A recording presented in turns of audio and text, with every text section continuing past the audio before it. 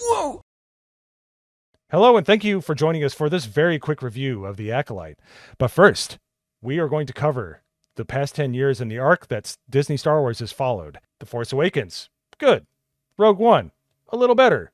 The Last Jedi, horrendous. Solo, apathetic. Mandalorian 1 and 2, hope for the community.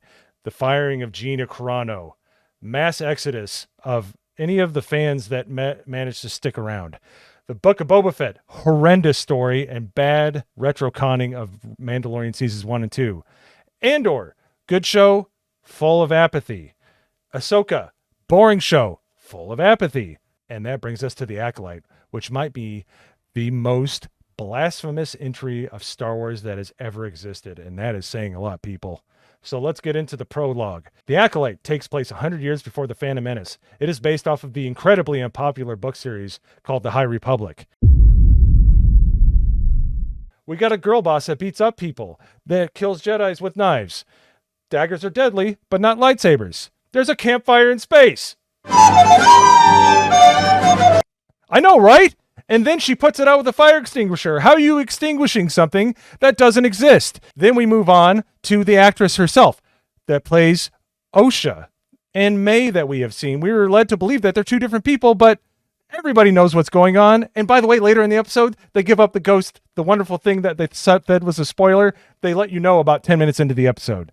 This is where things really make me angry as a Star Wars buff. She says that she's trained with the Jedi Republic for 10 years and then left. And now she has a cushy job being a mechanic.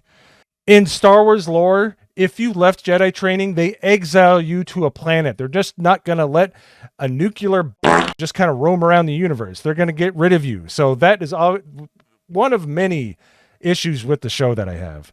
Then we are introduced to the stupid Zippo droid so they can try to sell toys. The thing's like basically pocket sized. It's horrible. I hate it. It gets worse from this, people. We get the shirtless twink Jedi with the Killmonger hair. Then we're introduced to Master Soul, who, by the way, is the best actor in the series, but he speaks English phonetically. The man doesn't speak English. He's saying the words, just saying them as sounds that he doesn't understand, but he's the best actor. That's what you have to look forward to in this show, people. Then we're introduced to the character Vernestra Rowe, the green bald chick. This is played by Lesbian Headlamp's wife. And she is not even good enough to be in a school play. She is that distracting of an actress. Her line delivery is bad. The way she turns is bad. She can't even act when she's standing still. She is that bad. The character May is confused with the character Osha. I know, I don't care either. They arrest Osha, who is the good sister, instead of May, the bad sister, who is still on the loose. You're like, okay, this is a very dangerous person that can be a master Jedi.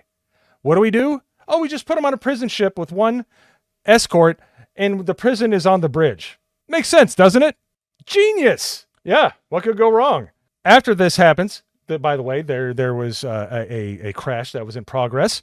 Osha releases herself from her cell with stupid Zippo droid, gets on the chair droids. I kid you not, people. There are droids that are chairs. Then she straps herself in, crashes. A starship crashes from orbit, and she survives it.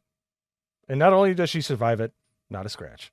Not only not a scratch, she's on a planet that looks inhospitable to life. It's very cold. After this, the prisoners get gathered up. Osha's still walking around. Osha runs into Master Soul, and she has a discussion with Osha and says, "She's dead. I saw her die." And 10 minutes later, what do they say? I believe you. Genius writing, people. I don't know how you're not excited for this show. As if that wasn't bad enough, we are treated to the Acolyte, the mysterious figure off in the distance that May, the assassin that we got treated to earlier in the episode. We are treated to one of the worst soliloquies in any movie or TV series ever. It is the most cringe-inducing thing. Horrible voice effects, horrible delivery, and of course, because it's Disney Star Wars, they have to ignite a lightsaber for no reason. We're going to cover this one a little less than the others because this is the least offensive, which isn't saying it's not offensive, but it's pretty bad. First, we are treated to May walking through a local Jedi temple. It's like these people, local Jedi temple, like it's an American Legion. So a person walks through this local Jedi temple with a mask on menacingly towards certain positions, and nobody thinks to question or ask this person what they're doing when they know that there is somebody that just a master Jedi. That aside, May walks up to this domicile, and there's this Jedi whose name is Master Torben, which might have the worst prosthetic hair and beard I've ever seen in my life. The man looks like he's 18 and 56 all at the same time. She gets in there and she tries to the Jedi. She is stopped by a bubble force field that he is putting off. By the way, he is supposed to be in meditation or hasn't talked or hasn't done something for 10 years. Okay, was he floating in the air for 10 years? And if so, what did he eat? How did he keep himself alive? What did he use for sustenance? I didn't see a bucket underneath him. Where was he taking care of business? After trying to Master Torben, the floating man boy that hasn't taken a duty for 10 years, she talks to him and he awakens. After a brief back and forth, apparently something he's done in the past has made him sad. May puts a poison in front of him and he drinks it. And after 10 years of meditation, he just keels over and dies. Yes, people. It's that bad. And we're left to wonder, why? Why was he doing this? After that, not many remarkable things happen. All we're doing is we're treated to a few different landscapes and everything like that. But then we get the piece de resistance for this episode. It is Obi-Wan Kenobi. It is the Padawan. It is Jedi Diabetes. It is the massively overweight Padawan, which, once again in lore, the Jedi are supposed to be athletes. They're supposed to be in tip-top shape. They're not supposed to look like they just won the Nathan's hot dog eating contest, people. So as far as episode 2, that's all I got to say about that. It's the least offensive, but as from what you've heard, everything's offensive in here. At the beginning of this episode, we are treated to younger looking versions of the Jedi that we've been introduced to in the first 2 episodes. This is obviously a flashback. What is it a flashback for? We are on the home planet of May and Osha when they were growing up in a witch coven. They have 2 moms.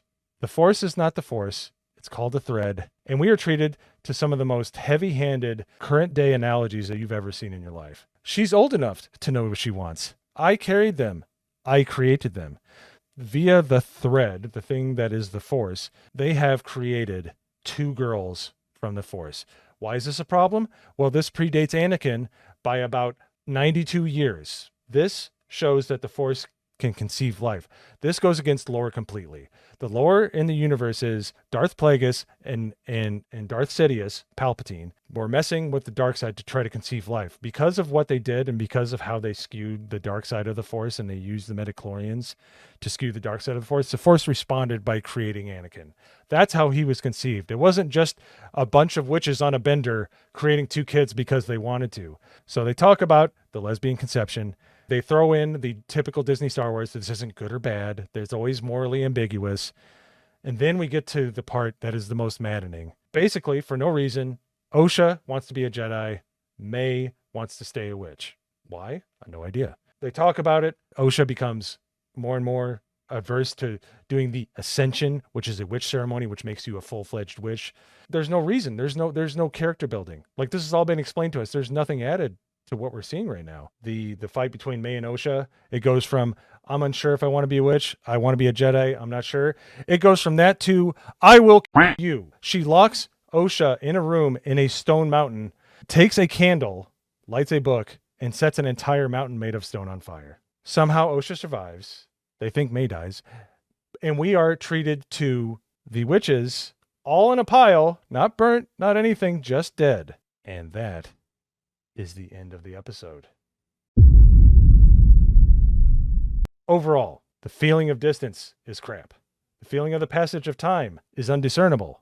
The dialogue is horrible. The line delivery is horrible. The acting is horrible.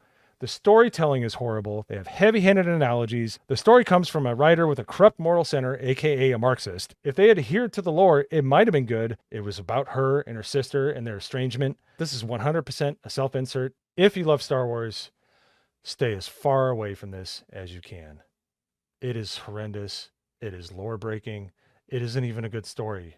I highly recommend you avoid it. Thanks for watching the GCA. Please like and subscribe, and we'll catch you on the next one.